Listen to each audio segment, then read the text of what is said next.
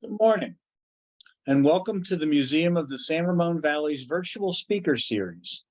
I am Dan Dunn, the director of the museum. Last month, Eastern Contra Costa County historian Carol Jensen took us on a tour of the rich history of the East County.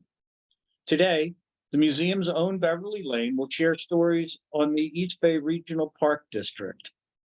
From the 1930s debates surrounding the district's creation, to the partnership in 1964 that doubled the district size, to how the Iron Horse Trail came to be. Beverly will tell us of the extraordinary give and take among public officials, environmentalists, hikers, and developers that resulted in the park district that we know today.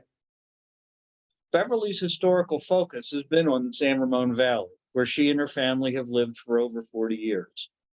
A teacher and Oakland Museum docent, Beverly is the former mayor of Danville, former director of the East Bay Regional Park District, and the curator and the current board member of the Museum of the San Ramon Valley. Beverly is the author of 3 books and many newspaper articles. Please use the chat window at the bottom of the screen for any questions you have. Feel free to send in questions at any time during the presentation, and we'll address them at the end.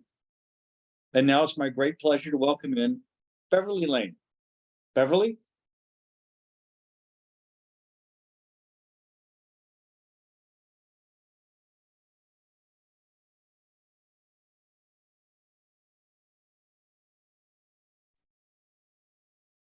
Thank you very much. I appreciate the introduction, Dan, and I appreciate the opportunity to tell this history about the East Bay Regional Park District. We're ready to start with the slides.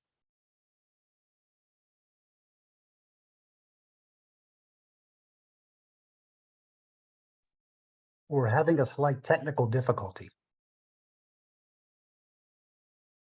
Fortunately, someone else is running the slides, since I'm sure I couldn't have handled any technical difficulty. So we'll let him start on that, and I'll talk a little bit about the Regional Park District.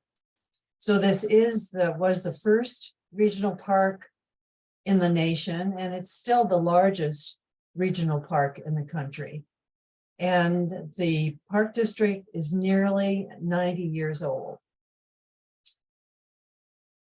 Few people know how much of the open space land in the East Bay is owned by the park district. And we'll talk about those figures perhaps a little bit later. Today, however, I'm going to tell the history of the park district and feature 4 different stories.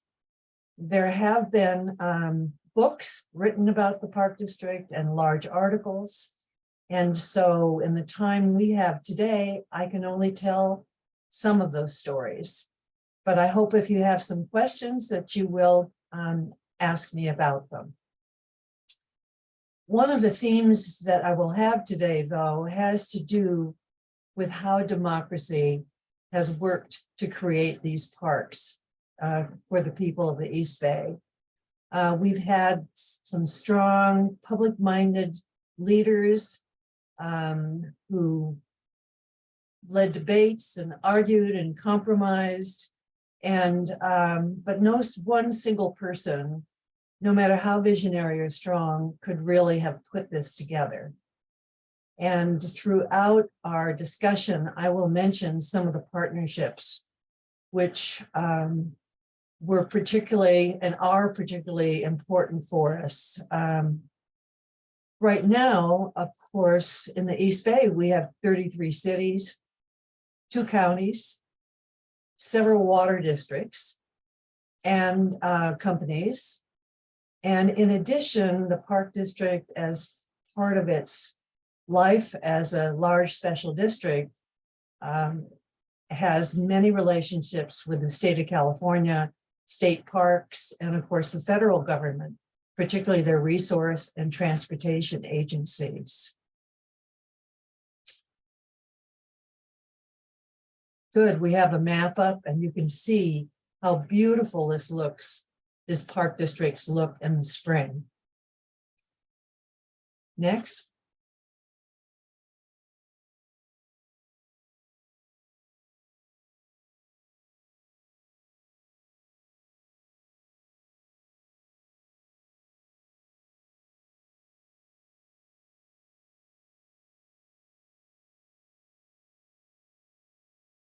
Thank you. So we're looking at the East Bay here, and right now, the East Bay parks cover all of both counties, Alameda and Contra Costa County, but that wasn't how it was in the beginning. So our first story is really about how the park district got started. And it began because people loved those East Bay hills. And because in the early 20th century and into the 20s, there were very serious problems having to do with reliable water. At that point, like 1920, 1918, there were several private companies which supplied water for the growing cities of Oakland, Berkeley, and others, and several of them were failing. The People's Water Company, for one, went bankrupt in 1918 during a bad drought, and major industries would not move to the East Bay because of water concerns. So, led by former mayor of Oakland, George Pardee, who was also the governor of the state in 1906 during the earthquake, people decided on some of the cities on the west side that they needed a new public water company. This was authorized in the legislature in 1923, and it's known today and then as East Bay Municipal Water District. People voted in favor of this, and the goal was to obtain water from the Sierras and pipe it here and no longer rely on the watersheds and reservoirs which were in existence in the East Bay at that time. They moved very quickly, and the first water came to the East Bay in 1929. So with this accomplished, there were a number of watersheds that were no longer primary sources of water. And in particular, the parks above Oakland and Berkeley amounted to around 10,000 acres. Next.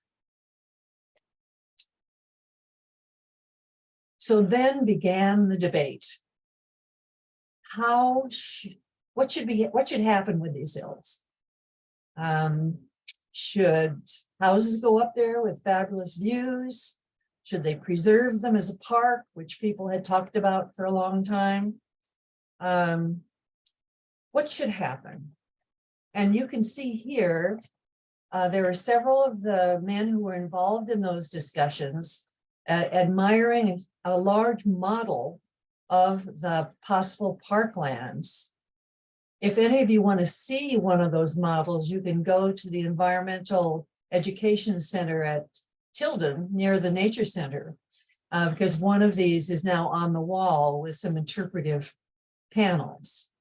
But we heard also from hiking club members, mayors, and lots of people at Cal who were doing a lot of hiking at that point, and it was quite a debate. Environmental groups had started. Sierra Club was already in place.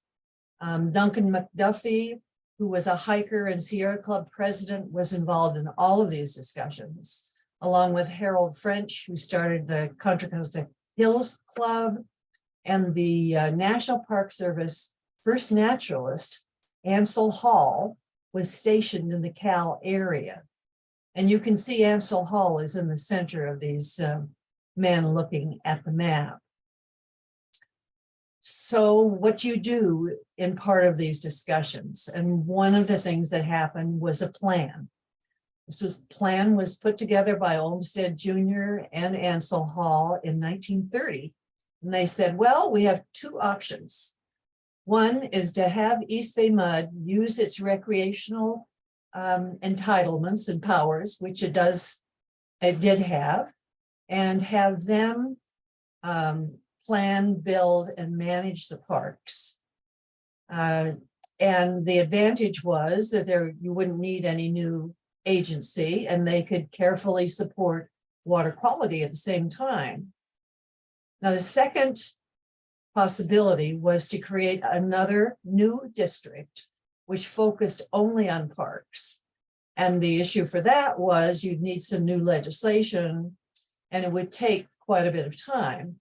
And at the same time, Pardee is saying, look, East Bay Mud has plenty on its plate, just providing that water from the Sierras and the pipes and supplying water. And so doing a park is not on the top of our list.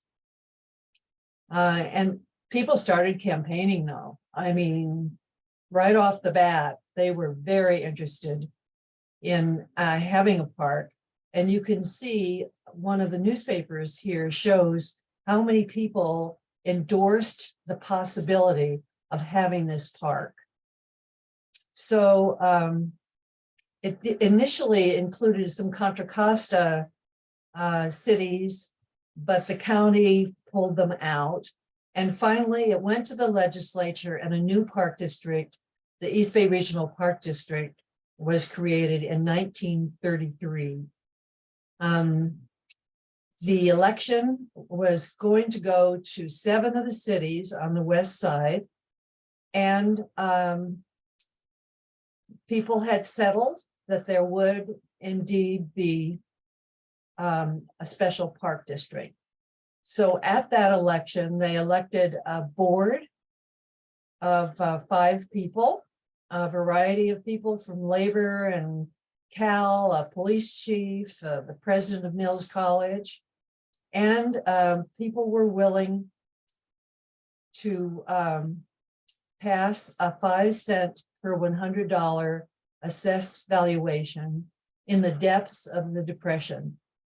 So if anybody has read about this Depression, it's very clear that people were eager to save those open space lands, and they were still willing to tax themselves to do it.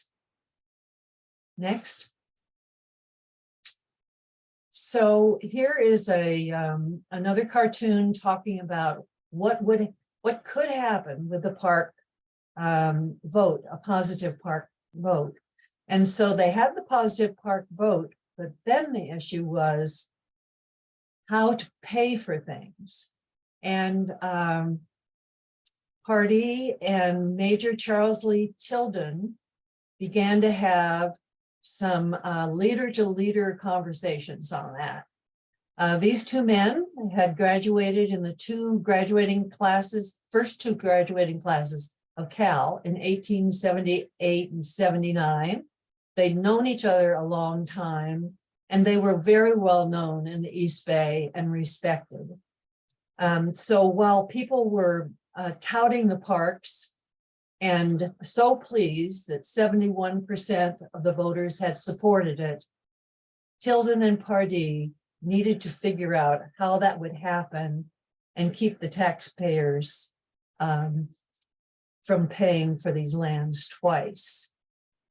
So you can see they did agree, and the first 3 parks were listed here. You're looking west on this map. So you can see Temescal was a first park. Upper Wildcat, which was called Tilden when Tilden missed a board meeting, and Round Top, which became Sibley, were the first 3 parks. Next. So I'm sure another of the reasons why people were willing to vote for this was in the middle of the Depression, and there were federal work crews available to come and create this park. So there was the Work Progress Administration, WPA, and the Civilian Conservation Corps, CCC, and these men went to work on the hills. And they had a plan. As you can see, the 3 men here are working on the plan. And they did major changes to the hills, including adding Skyline Drive, which many of us use today, and of course, Grizzly Peak Road. And they had a huge opening in 1936 with these 3 parks ready to go. So let's see, let's turn to the next one. So this is shows the parks a little bit later as they began to expand. And with each expansion, they met the requirements of a master plan that was adopted by the board. And the board has always been pretty tight-fisted in terms of money. And so they were just as pleased that there was a gradual development of parks here. So they added 3 more by the 50s. One was Roberts, one was Chabot, and one was Redwood, as you can see here on this map. And in the 50s, the Hayward area joined, and the Washington Township area with Fremont and other cities also joined the district, which brought more funds and enabled them to create these parks. So by 1961, there was over 10,000 acres that was being begun to be used for actual developed parks. And they had very modest park ambitions. And of course, all of the parks were in Alameda County. Next. So that was the start of the parks, our first story, a very encouraging one, and one in which people valued those parks tremendously. Our second story has to do with expansion of the parks.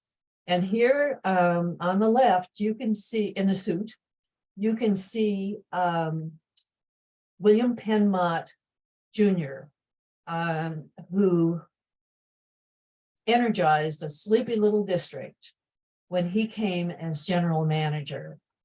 He was general manager for just 5 years, from 1962 to 1967. But high on his list of priorities, and he had a lot of priorities, was the annexation of Contra Costa County to the district, so that indeed it was an East Bay district. Contra Costa supervisors were not opposed to parks, but they were not really eager to find funds for parks. And much of the county was, of course, still pretty rural. In '62, this was before the freeway had come through and the large developments began. The county had put a issue on the ballot in '62 to see if people would be willing to fund parks, but they didn't do much with the election, and it went down to defeat. However, next slide. With Mott and the Contra Costa County Park and Recreation Council and Sierra Club members and people who saw the possibilities for parks in Contra Costa, the issue of adding most of Contra Costa went on the ballot in 1964. And you can see it was Measure B. Here are some eager fellows with a big sign and a cartoon here. And it was all part of a move forward plan for Mott. So ranchers and farmers were not that enthusiastic about it, but other people were, and it went on the ballot. Next. So this was the regional park concept. And you can see on the ballot, they listed so that possible parks in Contra Costa County. And there was a vote, which did not require 2/3, and the voters said yes by 54%. Okay, let's look at what happened after that.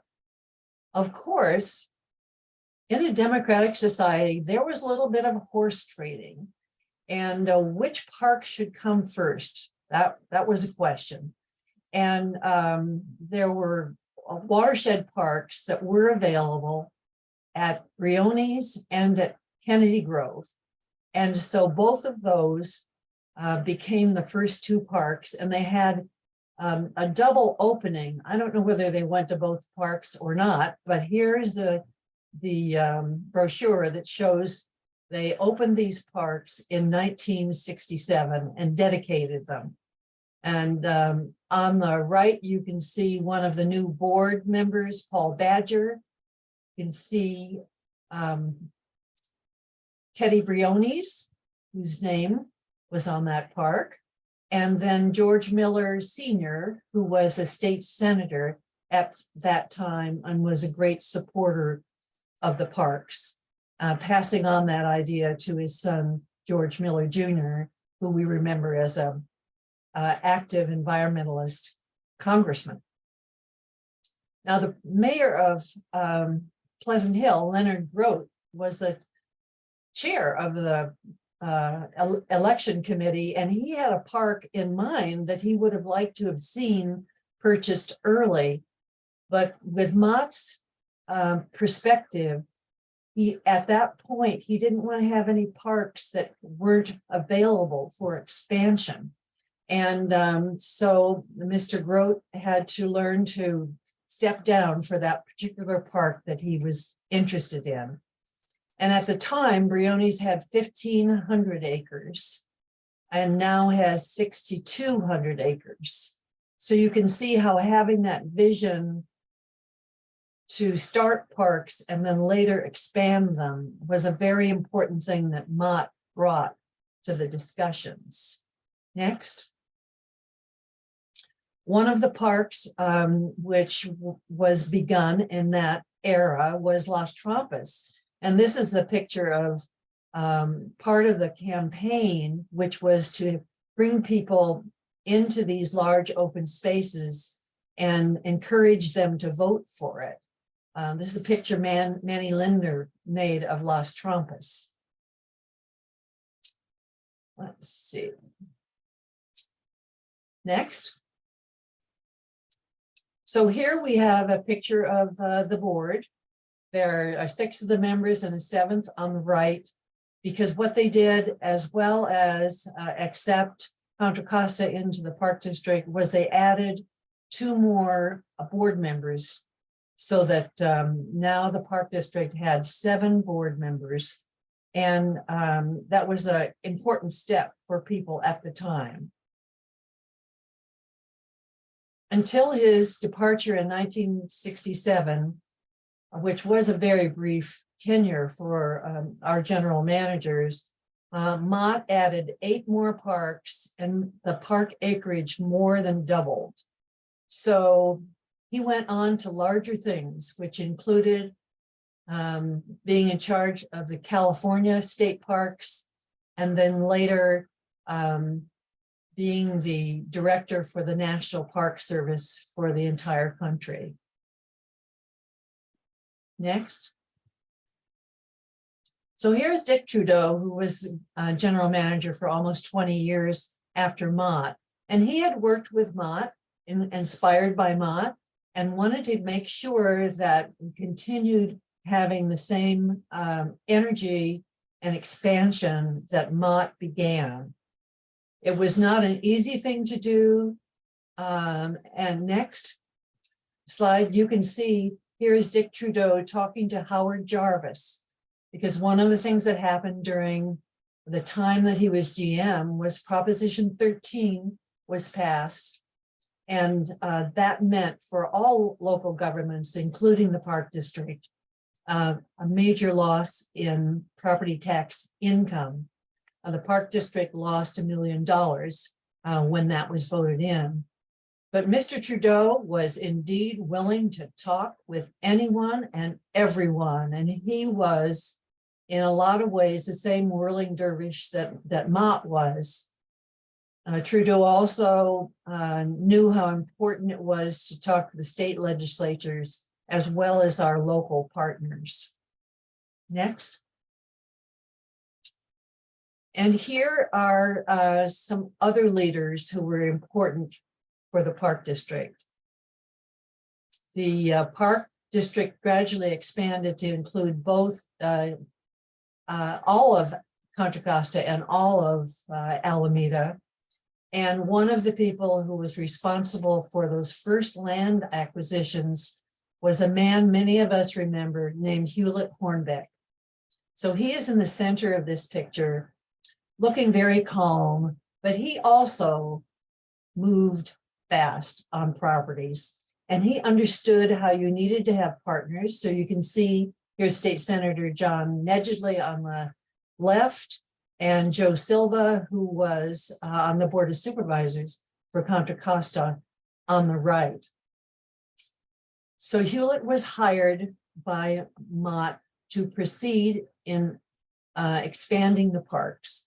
And he set a precedent for a great many things.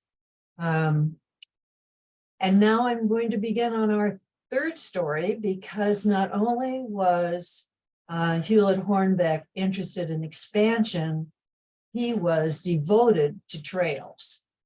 And he would think about trails as the acquisition occurred. And he had the vision to put trails linking different parks, like Briones to Mount Diablo State Park, Las Trampas to Mount Diablo, in a way that people had not thought about it before.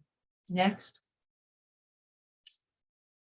So of course, one of the ways the Park District worked was by adopting master plans, which were extremely visionary, both for where new parks could be and where existing parks could be expanded. And with Hewlett's influence and energetic support, those master plans began to have trail maps which accompanied the master plan. Next.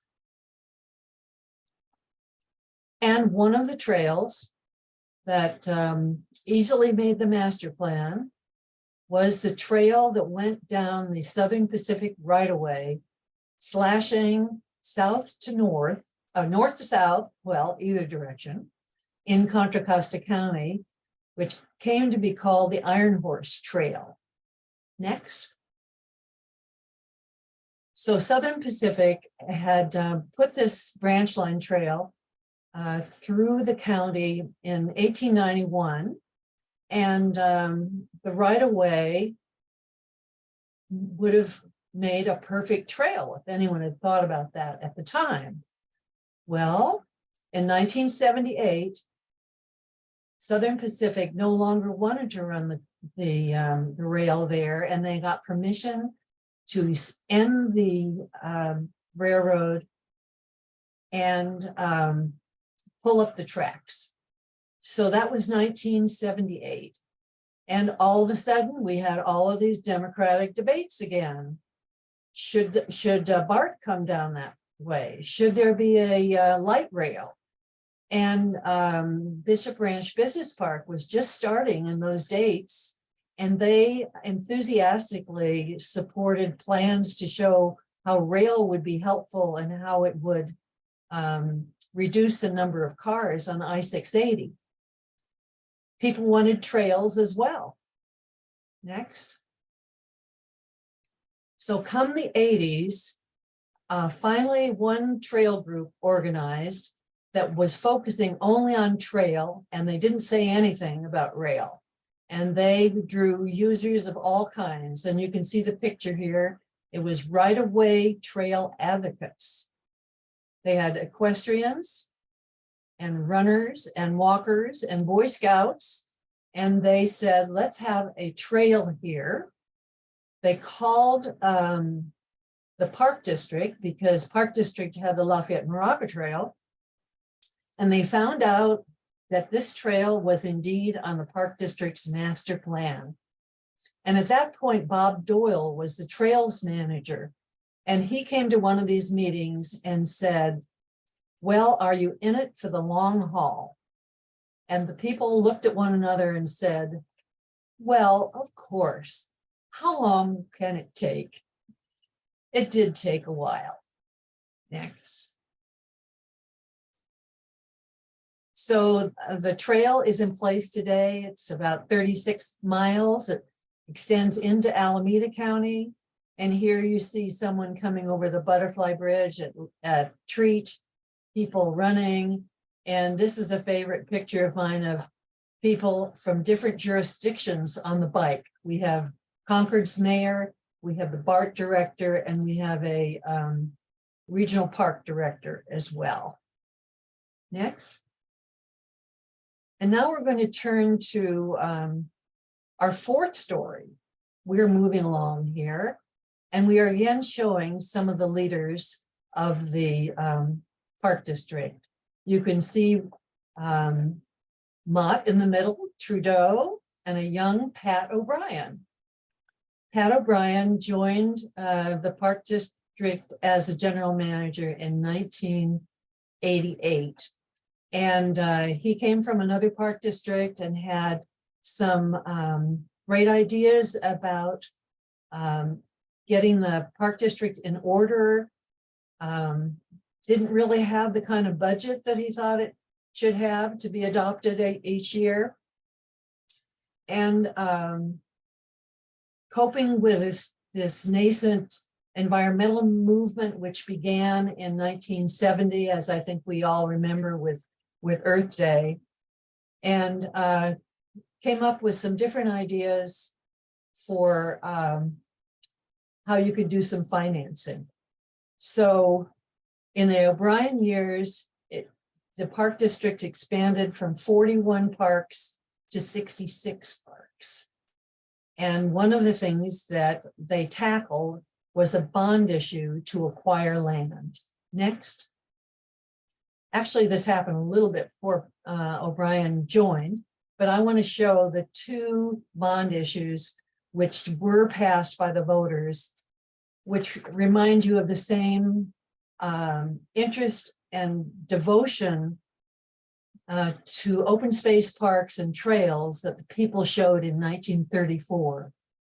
Measure AA was passed as an accompaniment to the half-cent sales tax in Contra Costa in 1988 by over 70% of the vote. And 20 years later, as the money was spent and allocated from Measure AA, Measure W was passed by, again, over 70% of the voters. They were significant bond issues. And when you look at 2008, which was when there was a huge banking crisis, the board said, oh, should we really go ahead with this? So we planned for it. And the board did it anyway and received that much support. Next. So after Pat O'Brien, Robert Doyle became our general manager for the park district, and he had been involved in the parks for over 40 years, or about 40 years at that time. And he had followed Hewlett Hornbeck in doing acquisitions and had a devotion to trails as well as, of course, the natural resources. And what happened with Mr. Doyle, who was an excellent spokesman for parks, was finally Proposition 68 passed, which was a state park bond issue. And there had not been one passed for 20 years until his efforts and efforts of everyone, certainly in the Bay Area, began to promote it. And in those years, all kinds of unique facilities under O'Brien and Doyle came to be. The shoreline projects were designed for climbing tides.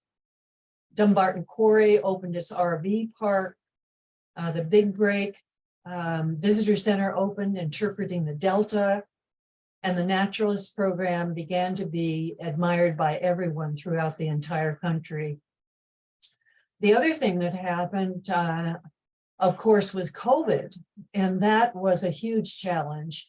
We briefly talked about closing the parks, and then both county health departments pointed out that getting out in the outdoors was an essential activity. And so the park district stepped up for that, and it was not easy because people found the parks on the website, and I don't know where else, and they came in droves. Parks which had small staging areas were overwhelmed with cars, and people began to really take advantage of the parks. Some of them not understanding the rules quite as well as they might have, but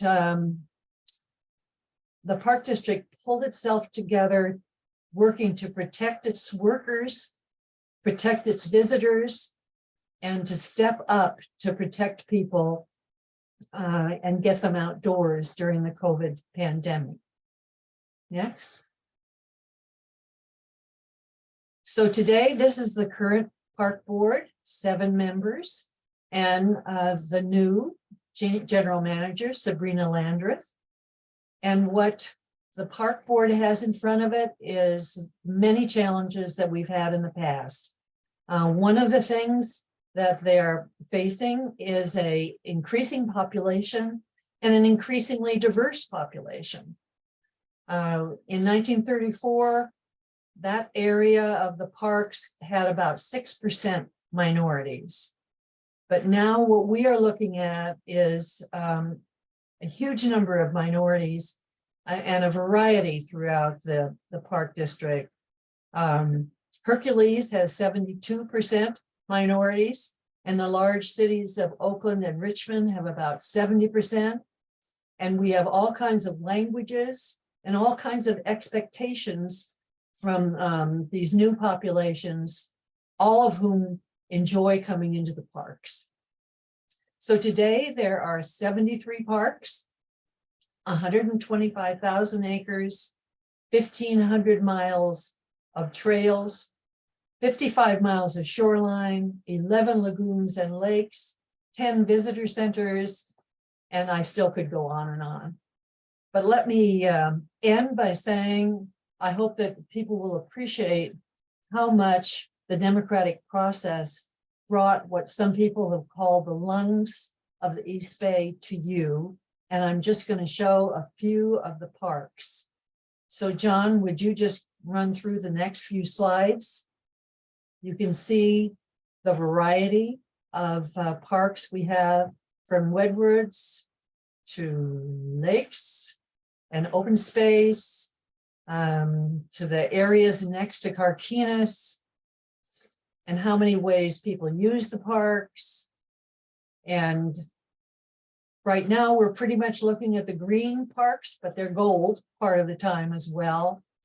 And how many trails are appreciated by people. And I hope that you will remember that what we have around us is an area which is developing because of the form of the regional parks.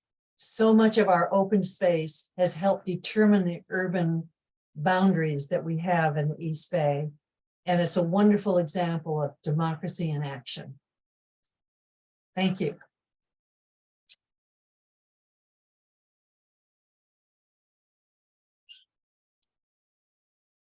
So now we may have some questions as Dan joins us. We do. And Beverly, the slides were spectacular. So thank you for sharing those with us. How does the park district decide on the acquisition of properties, particularly the ones they purchase? Well, it is a complicated process because we can't have people in the land department talk to owners unless they have permission from the board. And so there are several hundred parcels which the staff is entitled to talk to the owner. And these are chosen carefully. And often people are not at all interested in having their land become parks. And so what happens is we check in, we say, hello, it's the Park District again. You have this beautiful land, are you interested? And that's one type of conversation that happens. In addition, we work with land trusts who acquire property, and sometimes then we are able to add that property to our parks. And you can look at Mount Diablo State Park and see how much it has open space around the park has expanded. And a lot of that open space is regional parks like Morgan Territory and almost Sycamore and Round Valley. And some of the cities as well have some open spaces that they have added to their properties. Both Concord and Walnut Creek have done that. It is remarkably visionary in the 90 years history that you gave us on how this area, which, you know, as we know, is developing rapidly, still manages to set aside land so that people can go out and recreate. That's what I was taken by your story, was how visionary this was. Yeah, indeed. So question we had that came in was, there are several designations that someone sees around the park district: parks, preserves, and wilderness. Mm-hmm. How are these distinctions applied, and could a place change from one to another? Well, that's a really good question. At one point, and I think it was the 1973 master plan, which Trudeau put together with hundreds of people involved in it. They made the decision to describe parks in that way. You know, some are recreation areas, wilderness, just plain regional, and shoreline. And what happens is, once they get that designation, it pretty much stays like that. Okay. And so you can have, like, Las Trampas is a wilderness. And I know people who are fans of Wallace Stegner would like to see some parts of the parks be total wilderness and not let anybody in.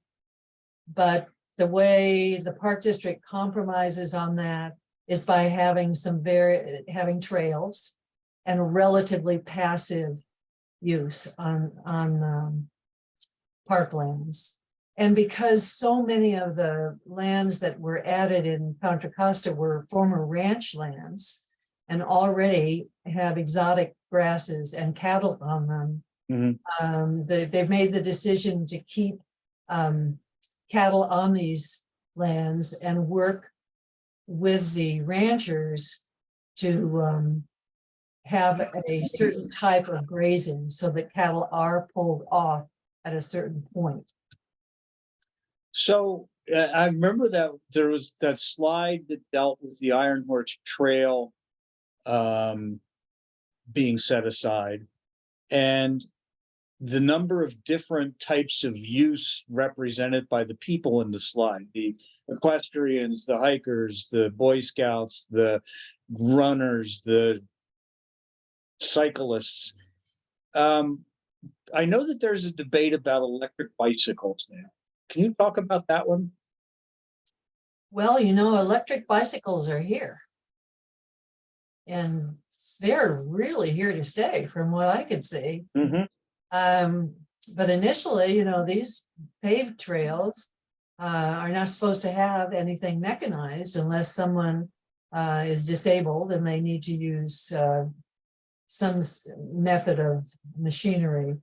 So we had quite a debate about that. I was on the board at the time, and our decision on the regional trails was that if you look at a biker who is just biking on his or her own, they can easily speed above the speed limit Yeah. of 15, which is on those trails. And likewise, and if an electric biker can go above 15, they can also stay below 15. And so we made the decision to have it be an enforcement issue as opposed to a speed Mhm. enforcement issue, as opposed to one where we cited people who were on electric bikes. And that's an example of the technology really taking over, because and of people saying, well, I don't know why you're letting us not do this, and particularly happy seniors Yeah, who true. say this is enabling me to do the whole trail instead of just, a part of the trail. So Park District made that decision. Now, the issue of electric bikes in the open space parks is one that is still being debated. And we do see people in the parks on those bikes. But again, there are so many. They're generally getting warnings on speed limit. Yeah. As opposed to being penalized because it has an electric motor. A very interesting challenge, though. Yeah, it would be. And I think that's it for our questions. I'd like to say we apologize for the technical difficulties this morning. But at one point we made a judgment that we didn't want to lose Beverly's great slides. So we decided just to keep the screen and screen option going. So we apologize for that, but it seemed like it was a good decision to do. Beverly, you may not know this, but up in the Q&A section, the Beverly Lane Fan Club has checked in. So you're going to have to go back and read some of these. Oh, I will. Because, Okay, yeah, thank you you. have to. Yeah. The other thing that that I would like to talk about. Yeah, let's put that one on. So thank you all for viewing this morning. If you missed any of our earlier programs, you can find them by visiting the museum's website at museumsrv.org. Beverly's program will appear early next week. And join us next month for on Thursday, April the 20th at 11:30. Dolores Miller of the San Jose Quilt and Textile Museum will chime in with our current exhibition of Stir Crazy Quilts, quilting during the pandemic. If you haven't seen that exhibit yet, you got a little time. It's up to the end of May. But hopefully you'll get in here before Doris Miller's program. That would give you, I think, a different context on this. If you like these programs and want them to continue, we ask that you make a donation by going to the museum's homepage, museumsrv.org, and clicking on the Donate Now button. The museum is also in need of volunteers. If you can give us some time, please contact us. And in the shameless promotion department, the museum's annual downtown beer stroll through Danville, Chops and Hops, which benefits programs like this one and the museum's educational programming and exhibits, is next month, April 27th. It's a Thursday evening, 6 to 9. We sell this event out each year. So tickets are currently on sale online at the museum's homepage. And I would encourage you to get them while you can. And I hope you've enjoyed today's presentation. Stay safe as always, and thank you for watching.